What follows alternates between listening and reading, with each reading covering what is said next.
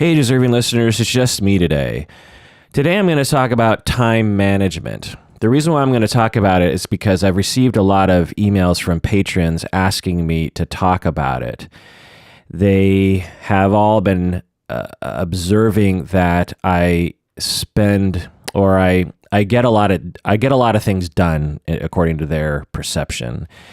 I don't know if it's true or not, but from their perception, they're like, Kirk, you have a podcast that you spend a good amount of time on. You have a job as a professor. You have a job as private practice as a therapist. You also have a private practice for supervisors. You also spend time with your family and your friends and your pets. And you surely have chores that you do, and you have to drive, and you have to exercise, and you have to sleep, and you're writing books, and you're in therapy, and you have musical projects that you work on and stuff. And how do you get all these things done? It doesn't make any mathematical sense.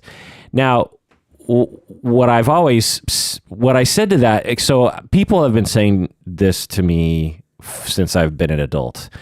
Maybe even when I was a teenager, I don't know, but people would say to me when I was younger, in my 20s or something, they'd say, man, you get a lot done. It seems like you have all these, it's like, they'd say, for me, I have this job and I come home and that's it.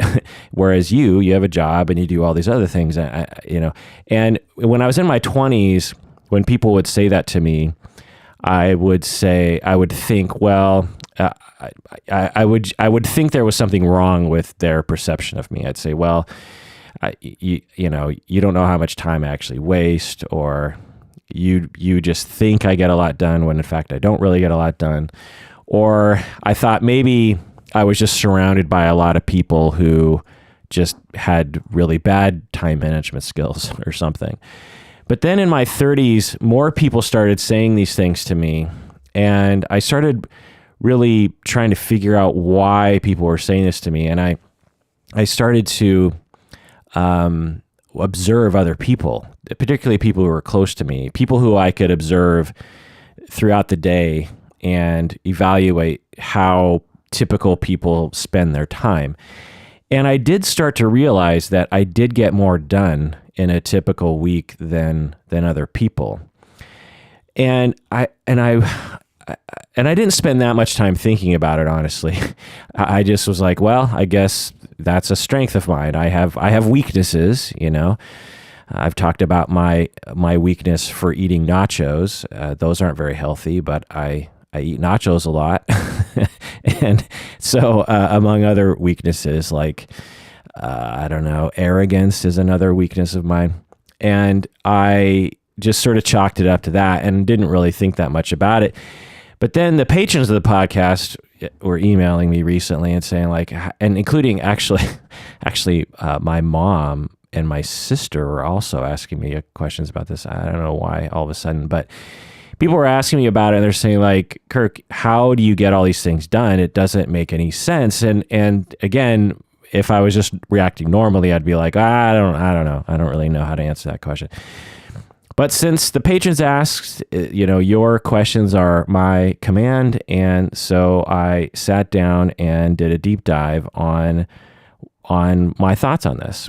And at first I thought I didn't have much to say, but as usual, as I go deeper into this topic, I'm like, actually, there's a lot of things I can say about this.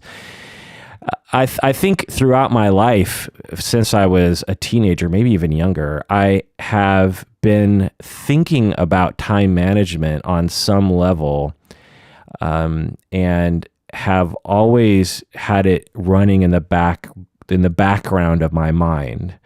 You know how you have like background programs running on your computer that you don't know about until you actually check the registry? Well, I feel like that's what's happening in my brain. There's always a question mark as to whether or not I'm wasting my time or not, and whether or not something could go faster with less effort. And so I don't know. And so today, that's what I'm going to talk about.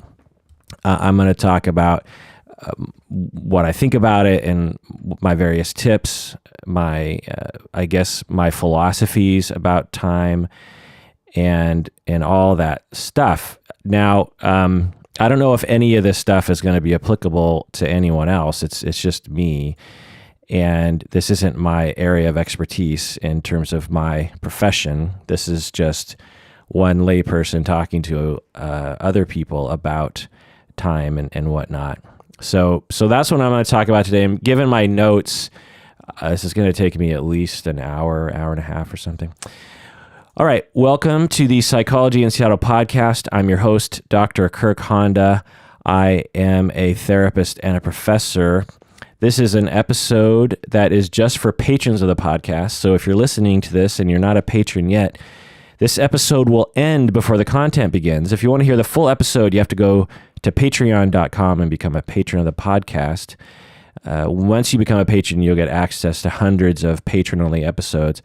You also are free from listening to a lot of the commercials that you have to listen to if you're not a patron. And remember that a portion of your monthly pledge goes towards various charities that we support.